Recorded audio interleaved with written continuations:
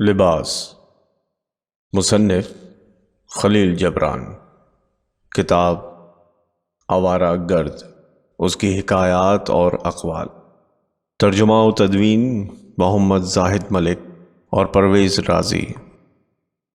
ایک روز خوبصورت اور بدصورتی کی ملاقات ایک سمندر کے کنارے پر ہوئی، اور ان دونوں نے ایک دوسرے سے کہا کہ آؤ ہم دونوں سمندر میں نہائیں۔ تب دونوں نے اپنے اپنے لباس اتارے اور بے لباس ہو کر سمندر میں چھلانگ لگا دی، اور نہانے کے بعد بدصورتی واپس سمندر کے کنارے پر آن پہنچی اور اپنا لباس زیب تن کرنے کے بجائے خوبصورتی کا لباس زیب تن کیا اور اپنی راہ لی۔ تھوڑی دیر بعد خوبصورتی بھی نہانے سے فارغ ہو کر واپس سمندر کے کنارے آن پہنچی۔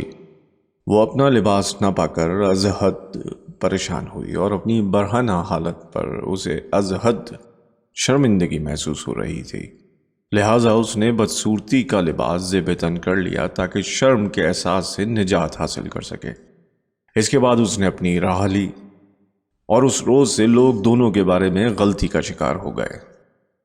تاہم کچھ لوگ ایسے بھی جو خوبصورتی کے چہرے کا مشاہدہ کرتے ہیں، اور وہ اس کے کپڑوں کے باوجود بھی اسے پہچان لیتے ہیں، اس سے آشنا ہو جاتے ہیں۔ اور کچھ لوگ ایسے بھی ہیں جو بدصورتی کے چہرے کو پہچانتے ہیں، اور اس کے کپڑے اس کو لوگوں کی آنکھوں سے نہیں چھپا سکتے۔